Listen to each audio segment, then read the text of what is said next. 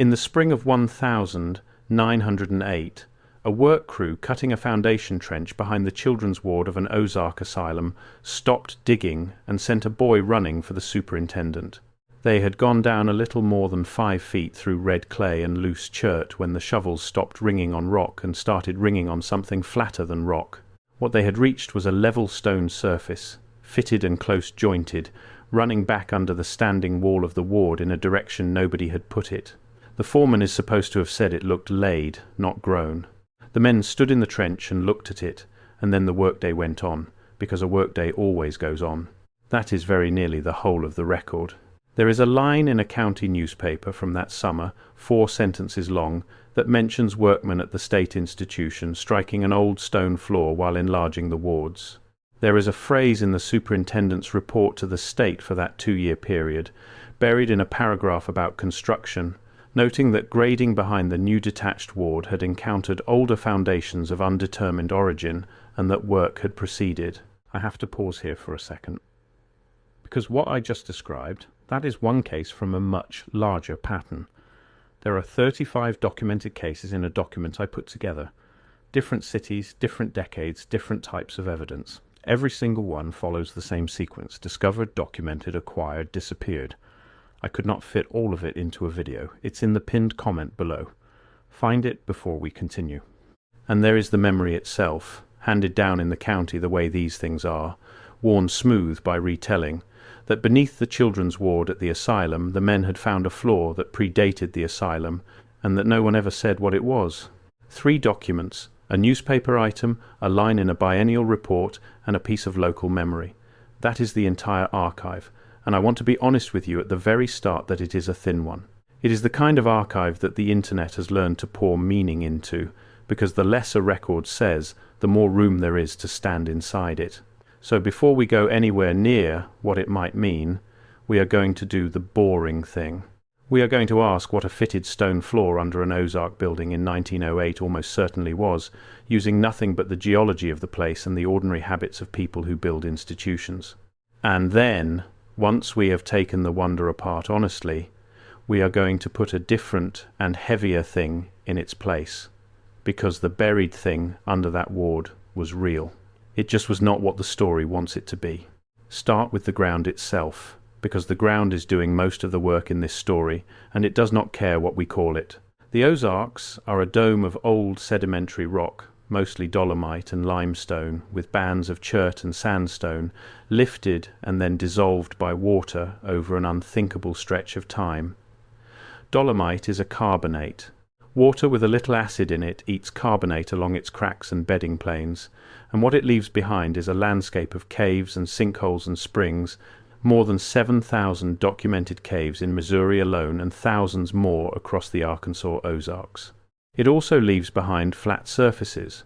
When a bedding plane of dolomite is exposed, it can lie as level as a poured floor, jointed at right angles where the rock parted along its natural weaknesses.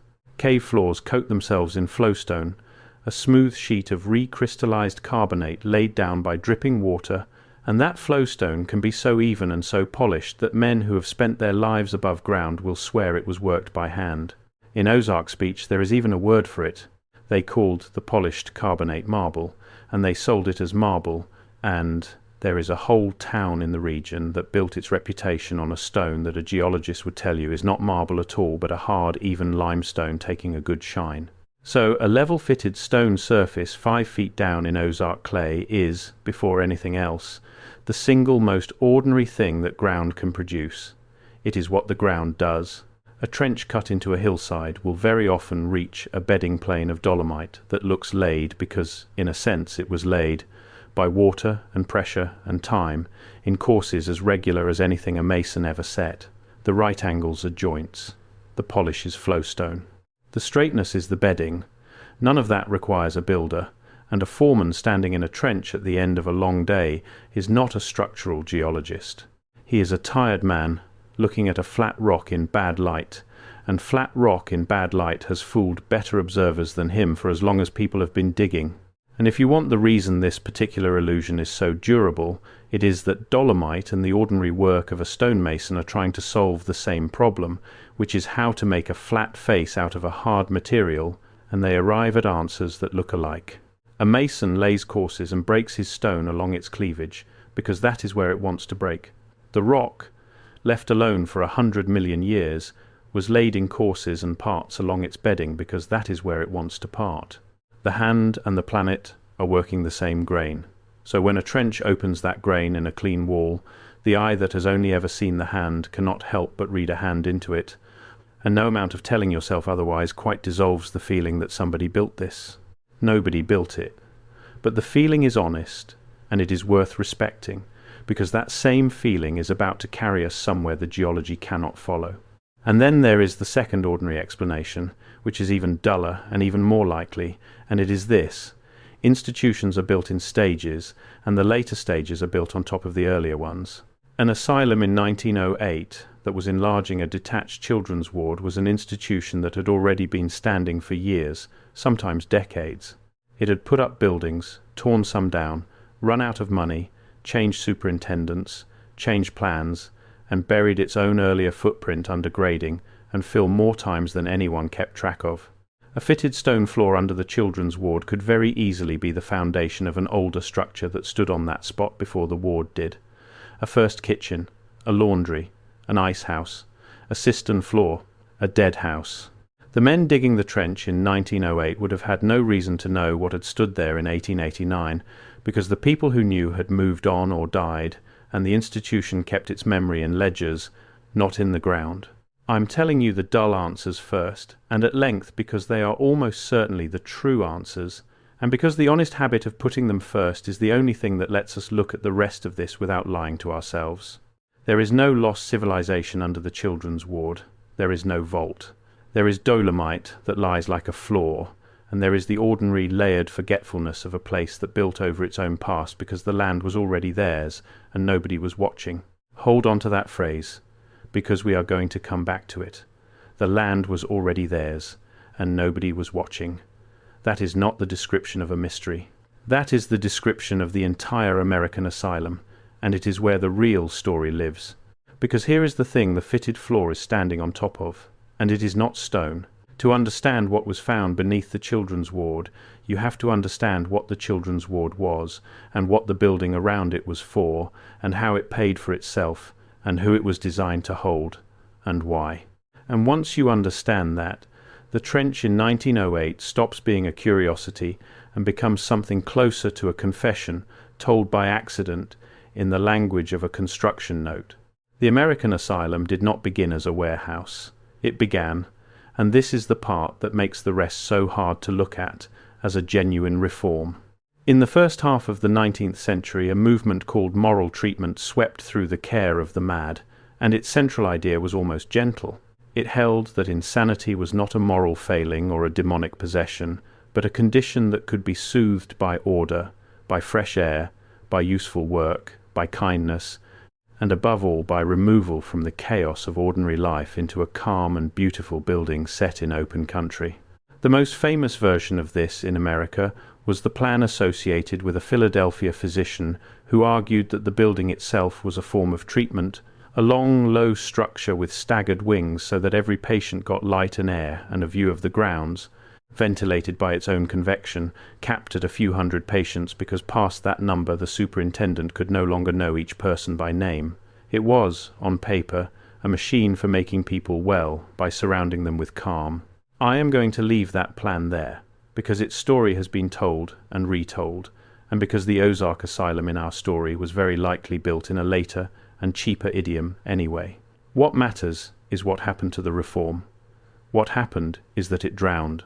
It drowned in numbers. The promise had been a few hundred patients, known by name, cured and sent home.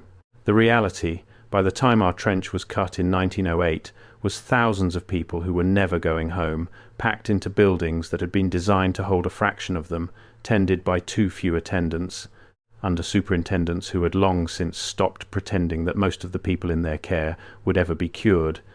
The word cure quietly fell out of the reports. The word that replaced it was custodial.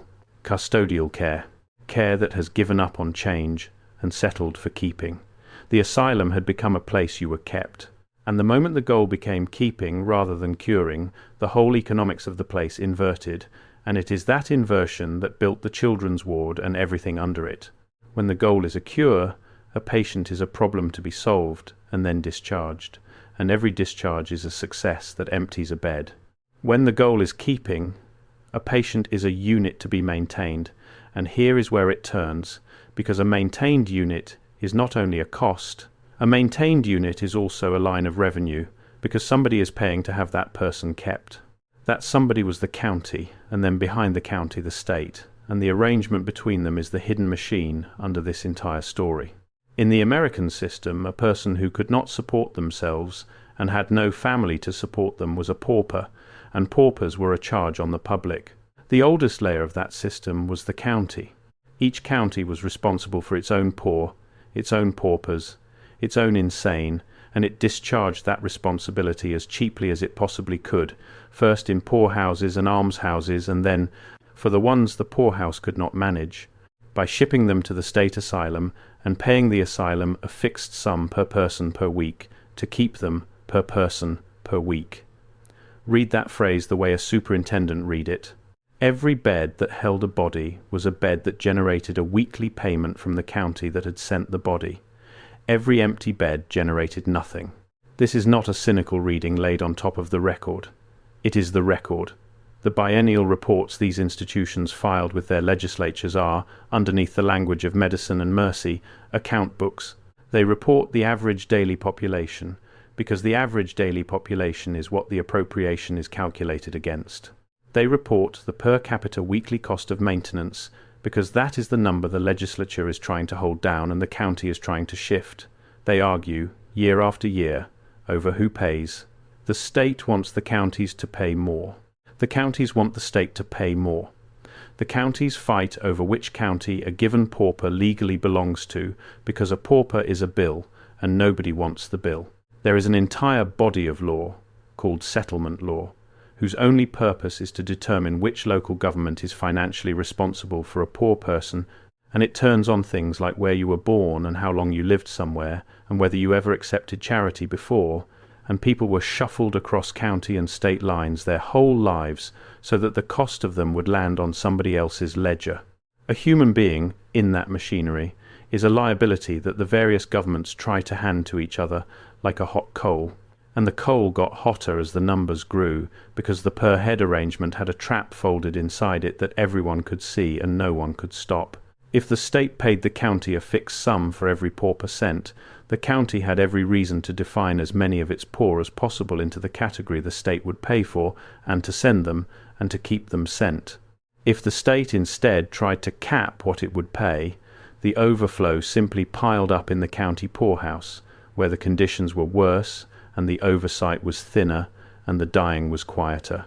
Either way, the incentive pointed toward more bodies held for longer, because a body held was a cost assigned to somebody, and the entire contest between the levels of government was never about how to help the person. It was about which budget the person would be charged to. The person was the charge. That is not a figure of speech. In the arithmetic of the reports, the person is a debit, and the whole art of administration was making sure the debit landed on the other government's page. So picture the asylum now not as a hospital but as a business with a guaranteed customer. Its customer is the government, its product is custody. It is paid per head, per week, to hold people that the rest of society has decided it does not want to look at and cannot price any other way. And like any business paid per unit held, its incentives run in a direction that has nothing to do with getting anyone well. A cured patient discharged is a unit lost. A chronic patient kept for 40 years is 40 years of guaranteed weekly payments. I am not telling you that superintendents rubbed their hands and schemed. Most of them, by their own writing, were decent and overwhelmed men doing an impossible job with no money. I am telling you that the structure did not need them to scheme. The structure paid to keep, and so keeping is what it did, and it grew, because a business that is paid per unit held will always find more units to hold. And that brings us to the children, and to the ward whose foundation we are standing in, because the children are the clearest case of the whole logic, and the ugliest. By the turn of the century, the asylum had learned to sort. The great undifferentiated crowd of the kept was being divided into classes, each with its own building, its own ward, its own detached cottage, and this sorting is the reason our asylum was digging a foundation for a separate children's ward in 1,908 inches the first place. There was a ward for the violent and a ward for the quiet. There was a ward for the tubercular, kept apart because they coughed. There was, increasingly, a building or a colony for a category that the age called the epileptic, and another for a category it called the feeble-minded, and it is in that second category that the children mostly landed. The sorting had its own architecture and its own fashion, and by 1908 the fashion had turned. The earliest asylums had been single great buildings, one long ornamented structure meant to hold the whole population under one roof and one plan. But the single building had failed the way the reform had failed, because you cannot keep adding wings to a monument forever, and so the newer thinking scattered the population instead, into detached cottages and separate colonies spread across the grounds, each cottage cheaper to build than another wing of the monument, and each one able to wall off a class of person from the others.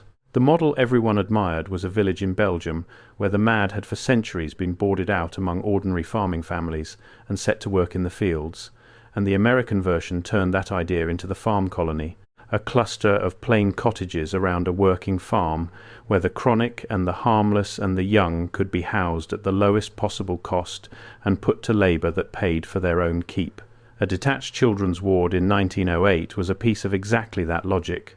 It was cheaper than a wing, it walled the children off, and it sat, by design, close to the gardens and the barns where the children would work. Because the children in an asylum in 1908 were, for the most part, not insane in any sense a modern person would recognize. They were poor, they were orphaned, they were what the reports called defective, meaning slow, or deaf, or crippled, or simply unwanted, and they had ended up in the one institution that was paid to take the people nobody else would.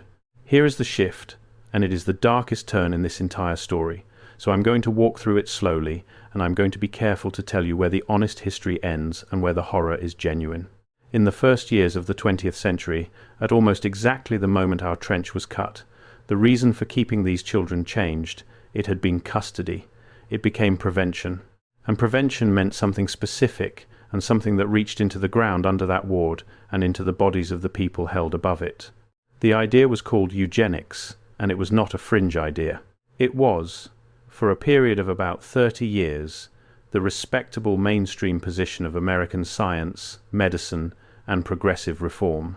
Its core claim was that the traits that made a person poor, or criminal, or slow, or dependent were not the products of poverty and hunger and lack of schooling, but were hereditary, carried in the blood, passed from parent to child, as surely as eye colour. And if dependency was hereditary, then the way to reduce the cost of the dependent was not to cure them, which was impossible, and not merely to keep them, which was expensive, but to stop them from having children, which was permanent. The feeble-minded, in this reasoning, were a fountain of future paupers, future criminals, future costs, and the humane and scientific and fiscally responsible thing to do was to close the fountain.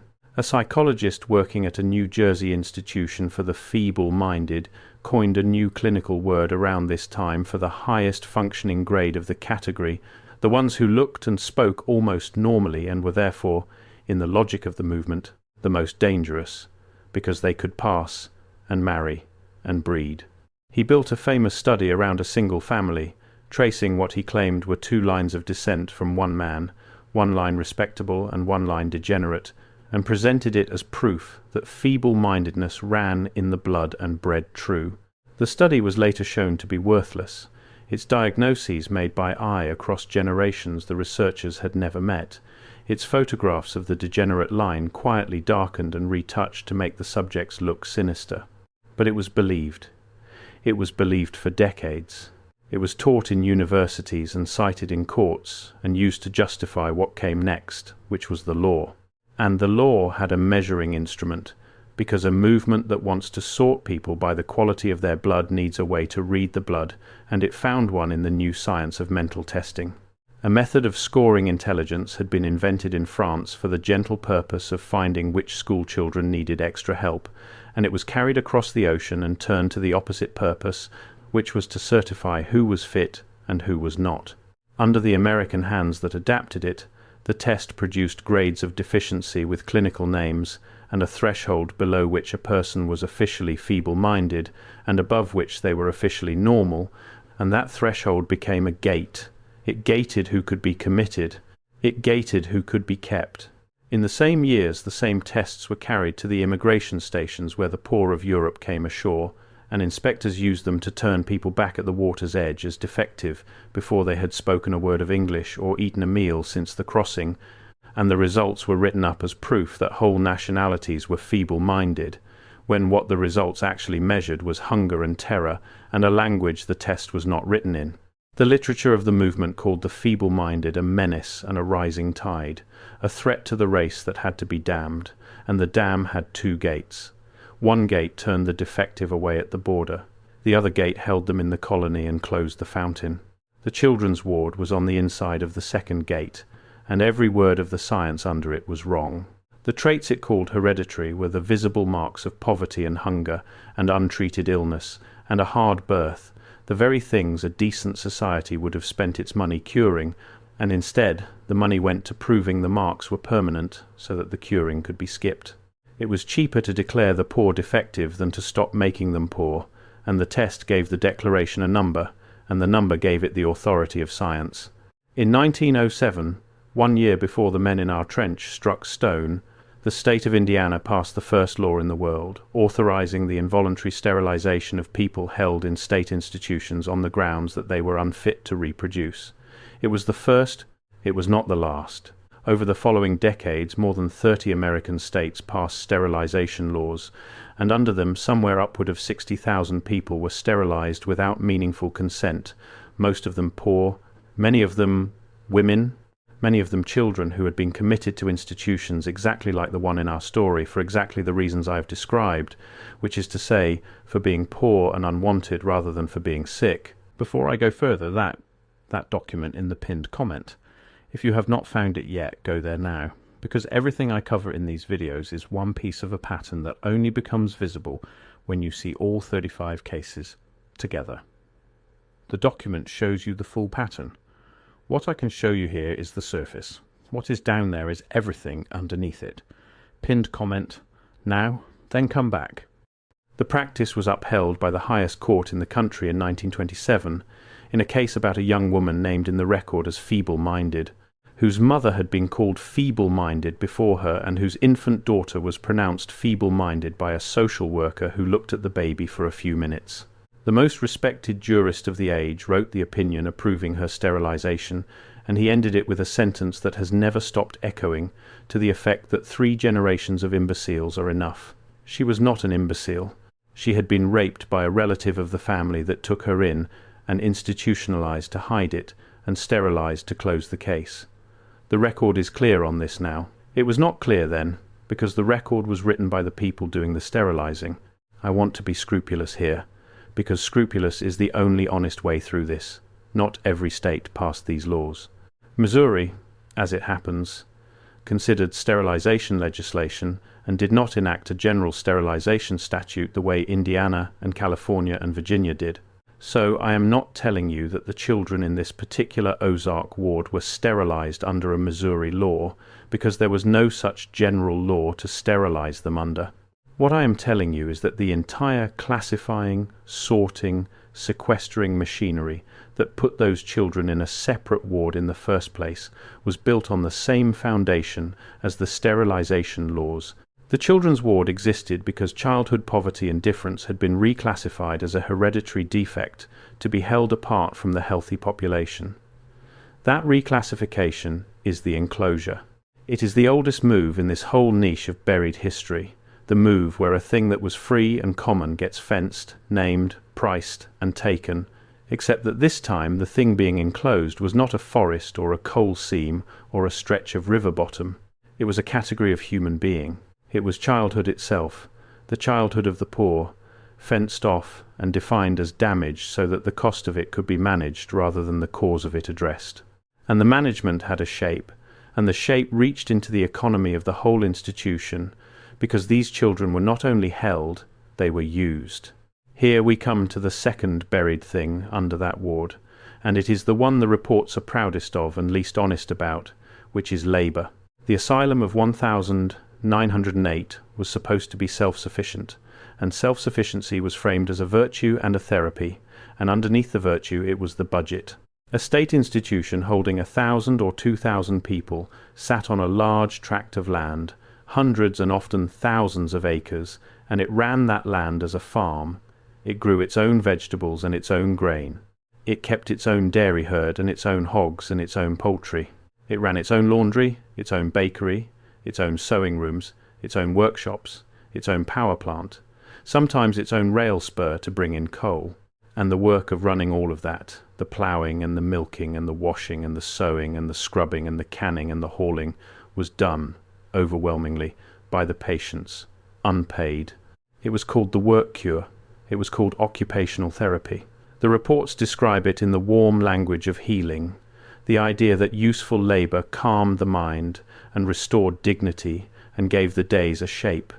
And there is a grain of truth in that, because idleness in a locked ward is its own kind of torture, and many patients did find something in the work that resembled purpose. But strip the warm language away and look at the ledger, and what you find is that the unpaid labour of the kept was the invisible subsidy that made the per capita cost of maintenance low enough for the legislature to bear. The reason the asylum could keep 2,000 people on a per-head appropriation that would never have covered 2,000 people at market wages is that the people were doing the work of keeping themselves and each other, and no wage was ever entered against their labour, because they were not, in the eyes of the institution, workers. They were inmates. Their labour was therapy, and therapy is free. You can watch the subsidy work if you read the reports with a cold eye. A superintendent asking the legislature for money would boast that his institution had produced so many £1,000 of pork, and so many gallons of milk, and so many bushels of potatoes, and so many garments sewn in its own shops, and he would set those figures against the cost of maintenance to show how little the state was really paying per head once the farm and the shops were counted. He meant it as proof of thrift, and it was proof of thrift, and it was also, if you turned it over, a printed confession that the institution ran on the unpaid output of the people it was paid to hold. The pork and the milk and the potatoes and the garments were made by hands that never appeared on a payroll, and the low per capita cost the legislature was so pleased to see was the shadow those hands cast on the ledger. The kept were not a burden the state generously carried. They were a workforce the state had acquired for the price of their keeping, and their keeping was cheap because they were the ones keeping it. And the children worked too. In the children's institutions and the children's wards of the mixed ones, children old enough to carry a pail carried pails. They worked the kitchen gardens. They tended younger children. They did the endless folding and sorting and cleaning that a warehouse full of human beings generates every single day. This was not hidden, and it was not considered scandalous, because at that moment in American history the labour of poor children was ordinary everywhere, in the mills and the mines and the fields and the tenement piecework rooms, and the asylum was simply a roof under which the same ordinary extraction happened to people who had even less power to refuse it than a mill child, because a mill child at least went home at night. The ward child was home.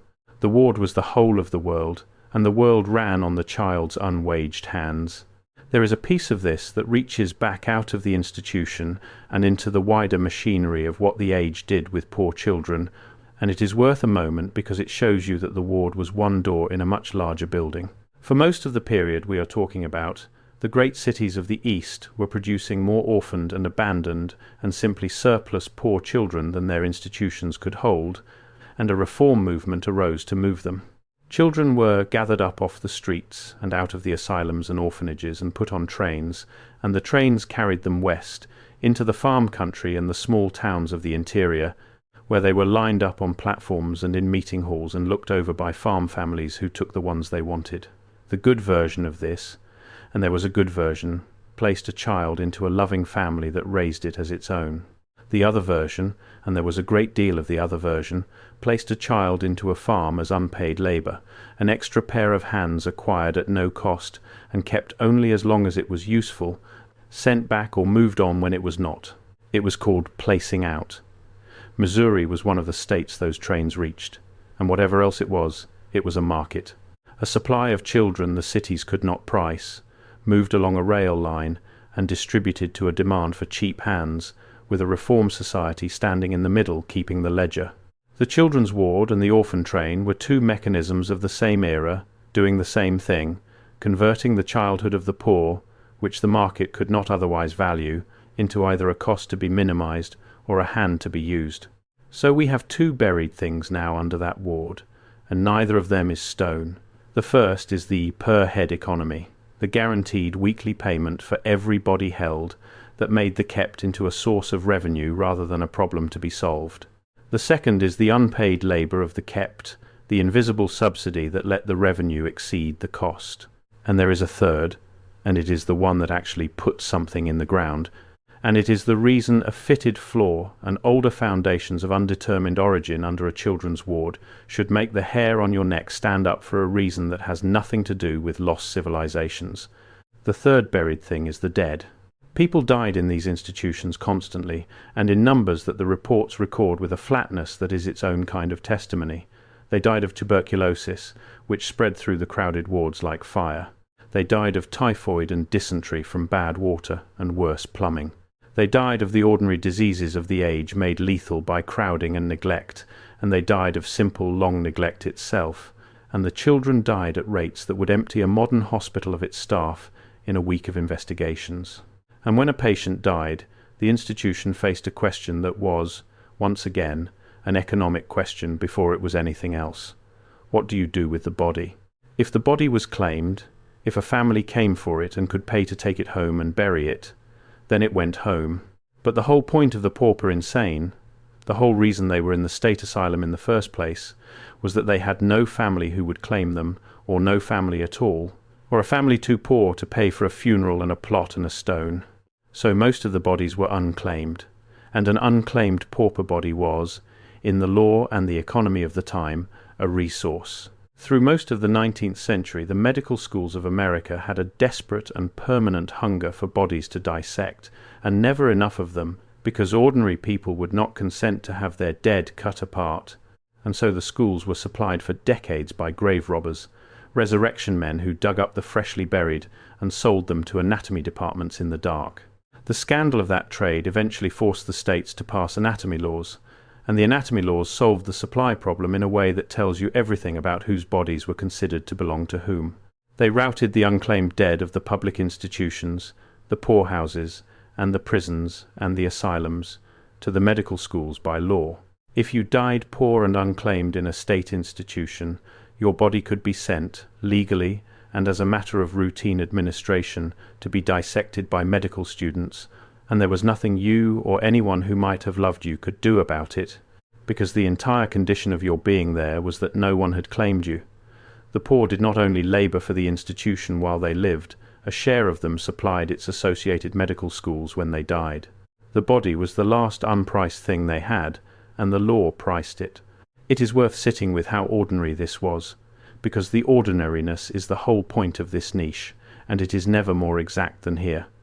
The medical schools were not villains working in the dark. They were respectable institutions with a genuine need, because you cannot train a surgeon on a drawing, and the country had decided, correctly, that doctors ought to learn anatomy on real bodies. The only question was whose bodies, and the answer the country arrived at, quietly, through a set of sober statutes passed state by state across the century, was the bodies of the people who died, with no one to claim them and no money to bury them, which is to say the bodies of the poor, the imprisoned, and the insane. The statutes did not say that in so many words. They spoke of unclaimed bodies and of the advancement of medical science in the mild administrative register that this whole story is written in. But the effect was a pipeline that ran from the poorhouse and the prison and the asylum to the dissection table, and the people at the head of that pipeline were exactly the people who had spent their lives being charged to one government budget or another, and who now, in death, delivered one final unbilled service to the state that had kept them. A pauper was a cost while alive, and, for a share of them, a supply once dead, and both facts were legal, and neither was hidden, and you can read them both in the statute books of half the states in the Union.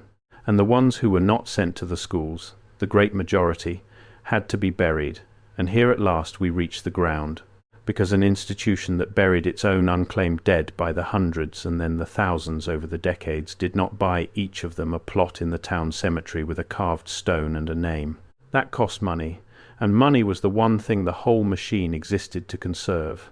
It buried them on its own land, in its own field, in the cheapest way that decency and the law would tolerate, and very often it buried them not under their names but under their numbers.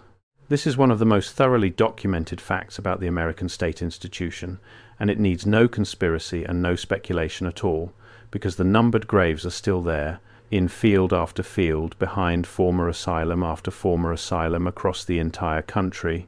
Rows and rows of small identical markers bearing not names but case numbers, a person reduced to the number their file carried in the institution's records, so that even the plot that held their bones was an entry in the account book rather than a memorial to a life. Families, where there were families, sometimes wanted it that way, because to have a relative in an asylum was a shame to be hidden, and a number hid it. But the deeper reason was the same reason that runs under everything else in this story. A name costs money to carve, and a name creates an obligation to remember, and the institution existed to minimize cost and had no intention of remembering. A number was cheaper, and a number forgot on schedule. And the forgetting was not an accident that happened to the record, it was a feature the record was built to produce. A name in a ledger is a thread you can pull, and pulling it leads to a family, and a town, and a story, and a claim, and a question about how the person came to die at the age they died, in the condition they died in. A number leads nowhere. A number is a closed loop. When the institution buried its dead under numbers, it was not only saving the cost of a stone, it was cutting the thread on purpose, so that no one downstream could ever follow the number back up to a life and ask what had been done to it. The genius of the account book as a burial method is that it does not need anyone to lie. Every entry is true. The person really was that number. The number really is in that plot. The plot really is behind that building. It is only that the truth has been arranged so that it cannot be read as a death, only as a line item, and a line item does not have a mother or a face or a reason it was in a state institution at the age of 9. So now go back and stand in the trench in the spring of 1908 and look at the fitted stone floor running back under the children's ward and ask the honest question again, the geological question, the boring question. What is most likely down there? And notice that the honest answer has quietly become far more disturbing than the lost civilization ever was, because the single most likely thing to be found beneath the newer buildings of an institution that had been burying its own unclaimed dead on its own land for years, in an era of numbered graves and shifting construction and cheap fill, is not a vault and not a temple. It is the institution's own earlier ground. An older foundation, yes, of some first building torn down and forgotten, but possibly also, and this is the thing the construction note will never say, the edge of a burial field that predated the ward, built over because the land was already theirs and the dead had no one to object, their graves unmarked or marked only with numbers that the grading erased, so that the men cutting the foundation trench for the new children's ward may have been digging, without knowing it, through the resting place of the children the institution had already used up. I cannot tell you that is what they found. The record is 3 sentences and a memory, and I promised you at the start that I would not pour meaning into a thin archive, and I am keeping that promise now by telling you plainly that a fitted floor is most likely dolomite or an old kitchen and nothing more. But I can tell you that the thing this story is reaching for, the sense that something terrible and human is buried under that ward and was covered over and never spoken of, is not wrong. It is only misdirected. It is looking for a lost race under the floor when the lost race is the people who were held in the building above it, erased not by a flood or a cataclysm but by an account book, 1 per head payment and 1 unwaged shift and 1 numbered grave at a time. There is a deeper layer still, and we should name it before we come up out of the ground, because it is the oldest entry in the ledger, and it is the one the whole institution was built on top of without a thought. The land the asylum stood on, the hundreds or thousands of Ozark acres it farmed with unpaid hands and buried its numbered dead in, had been taken. Before it was a state institution, it was a homestead or a railroad grant or a tract of cheap cut-over timberland, and before it was any of those, it was Osage country, seeded away in a sequence of early treaties that moved the Osage west out of the Missouri and Arkansas Ozarks in the first decades of the 19th century, so that the ground could be surveyed and gridded and sold. The asylum did not know or care that it was the latest owner of taken ground, because by 1908 the taking was old and legal and invisible, folded into a clean chain of title. But it is the same move once more, the enclosure move, the ground itself fenced and priced and taken from people who valued it in a way the market did not recognize, and then put to use holding the other people the market did not know how to value. The Ozarks around that asylum were being emptied twice in those years. The timber cut off the hills and floated and railed away. The lead and zinc and barite pulled up out of the same dolomite that lay like a floor under the ward. The whole region turned into a source of cheap material and cheap land, and the asylum was simply one more institution that the cheapness made possible. The lead and zinc came up out of the same dolomite that lay like a floor under the ward, hauled from shafts sunk through grey rock, and it went off to be smelted and sold while the men who dug it breathed the dust that killed them slowly, and the towns that grew over the workings sank and split as the ground was hollowed out beneath them. The timber came off the hills in the same decades, cut and floated and railed away until the slopes were bare and eroding, and the land was cheap enough to hand to the state. And onto that emptied ground the state set its institution and filled it with the people the emptying had helped to make poor and paid to keep them there. You build the warehouse for the unwanted where the land is cheap, and the land is cheap because it was taken, and it was taken from people who are themselves, in the official histories, treated as a kind of thing that was found and moved rather than a nation that was robbed. That is the full stack under the children's ward, if you are willing to read the trench honestly. At the very bottom, the dolomite, older than anything human, lying in its level courses because that is what carbonate rock does. Above that, the taken land, Osage ground surveyed and sold. Above that, the institution's own early footprint, and quite possibly its early burial field, the numbered dead of an earlier decade built over in the ordinary course of enlarging the plant. And above all of it, the children's ward itself, full of the living poor reclassified as defective, working unwaged in the gardens and the laundry, waiting in the logic of the age to be prevented rather than helped, their childhood enclosed and priced and held. The fitted stone the men struck in 1908 was the least of it. The fitted stone was just the one layer hard enough to stop a shovel and make somebody look down. And here is why the story survives, why it gets retold in the county and poured full of meaning by strangers 100 years later, and it is worth understanding because the survival of the story is itself part of the economy. A lost civilization under the asylum is a mystery you can enjoy. It is clean. It asks nothing of you. It points away from the building, and away from the town, and away from the country, off towards some vanished builders who left a marble floor and no bill. The true thing under the ward is the opposite of clean, and it asks everything of you, because it is not a lost anybody. It is us. It is a machine that our own governments built and paid for and staffed with decent, overwhelmed people.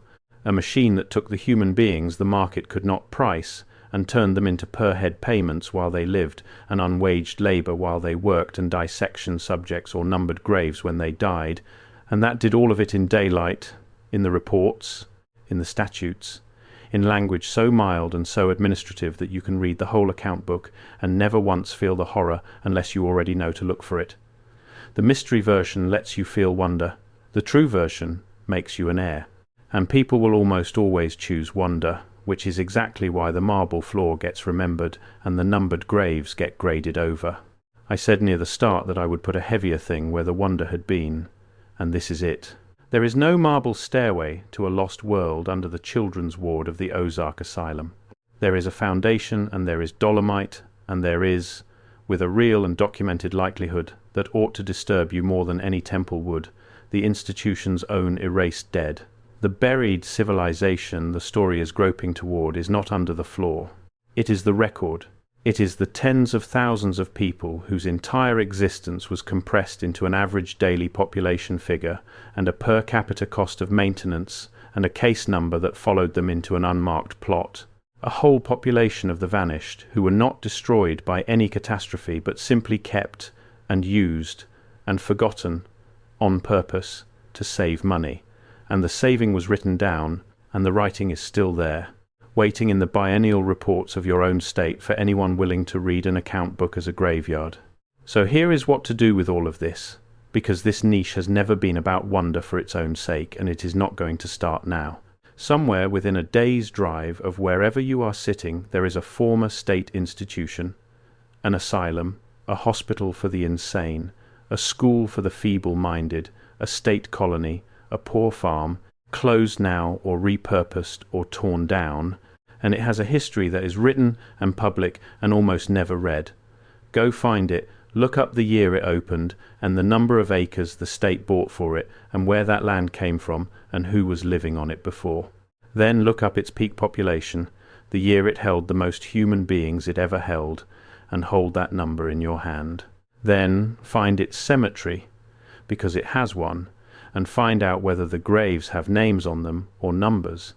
And if they have numbers, find out whether anyone has ever done the work of matching the numbers back to the names, because in the last few decades people finally have begun, at institution after institution, to dig the case files out of the state archives and give the numbered dead their names back one at a time. And it is slow and unfunded and holy work, and it is the exact opposite of what the account book intended.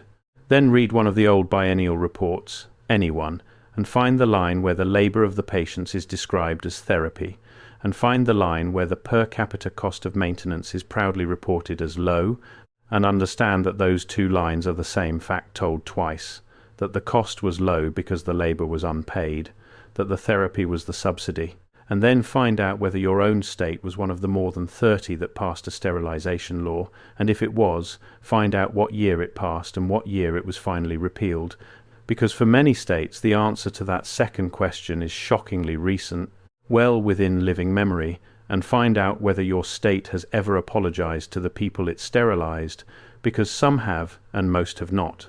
Do that, and the trench in 1908 will stop being a ghost story about a marble floor and become what it actually is, which is a single accidental glimpse of the thing that was always there, the thing that is under the children's ward and under the poor farm and under half the pretty old brick institutions the towns are so proud of, the thing that no construction note will ever name because the whole architecture of the language was built so that it would never have to. They found older foundations of undetermined origin, and they proceeded. That is the sentence. That is the whole method. You proceed. You always proceed, because a workday always goes on, and the ground keeps whatever you build over it, and the account book balances, and the names become numbers, and the numbers get graded flat, and 100 years later somebody strikes a fitted stone with a shovel and feels, without knowing why, that something is buried there that was never properly named. Something is. It was never a lost civilization. It was ours the whole time, and it is still down there, in the field behind the building, under the markers with no names. Make of that what you will.